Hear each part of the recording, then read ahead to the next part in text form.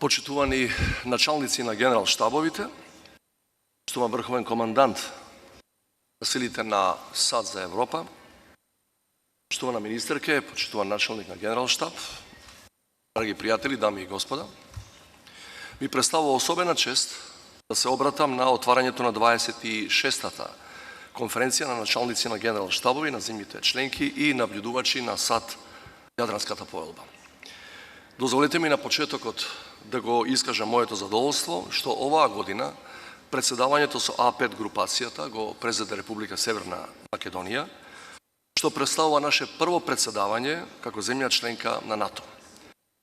А ова председавање се совпаѓа и со 20 годишнината од основањето на оваа иницијатива, кога одбележуваме 2 децении успешна заедничка соработка.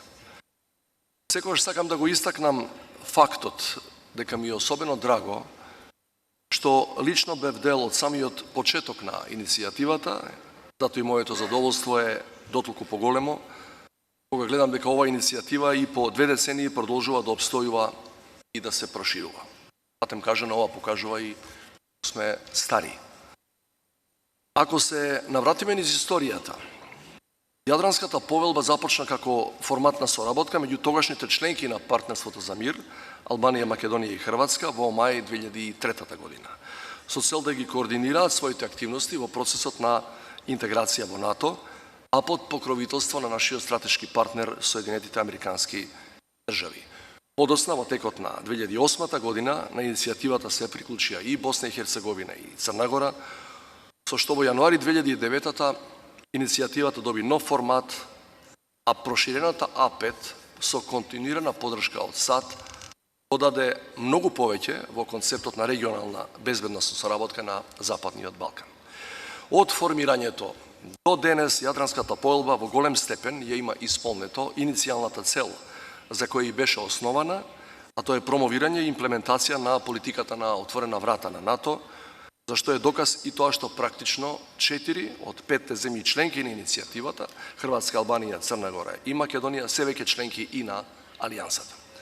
Тоа потврдува дека вратата за проширување на Алијансата останува отворена не само за земјите во регионот, туку и пошироко за сите оние држави кои се посветени на реформите, ги делат вредностите на Алијансата и се подготвени да дадат придонес кон колективната одбрана и безбедност.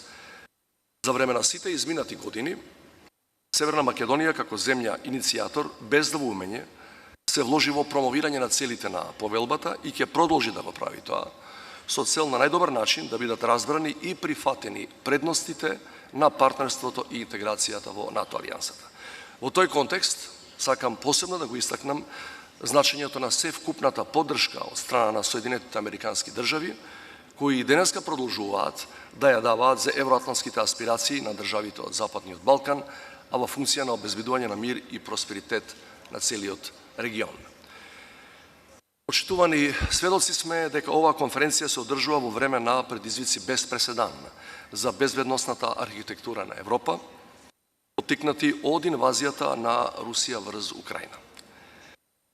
Европа е исправена пред најголем историски предизвик од крајот на студената војна. Генерации и генерации повоени европски политичари беа уверени дека нашиот континент никогаш повеќе нема да биде сведок на оваква страшна трагедија.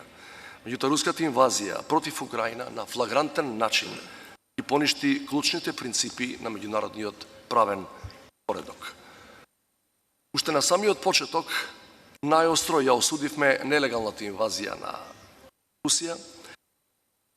Северна Македонија целосно ги поддржува напорите на НАТО и придонесува со своји капацитети за зајакнување на безбедноста на источното крило на Алијансата.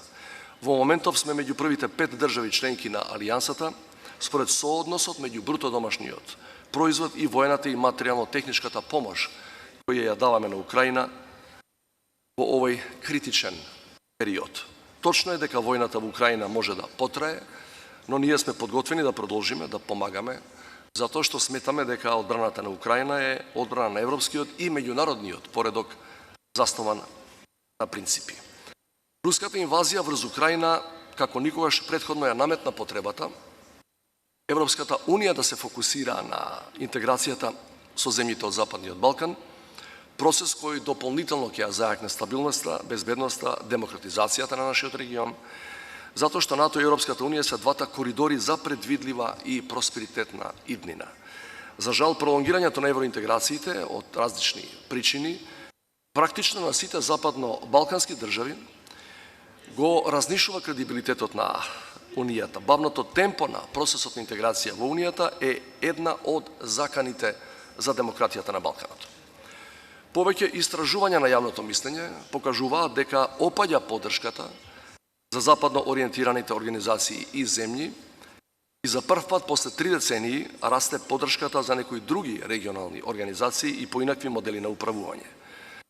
Како што беше неспорно дека одредени странски ентитети настојуваат да го спречат нашето зачленување во НАТО, така денес настојуваат да ги спречат процесите на интеграција на земјата во Европската Унија.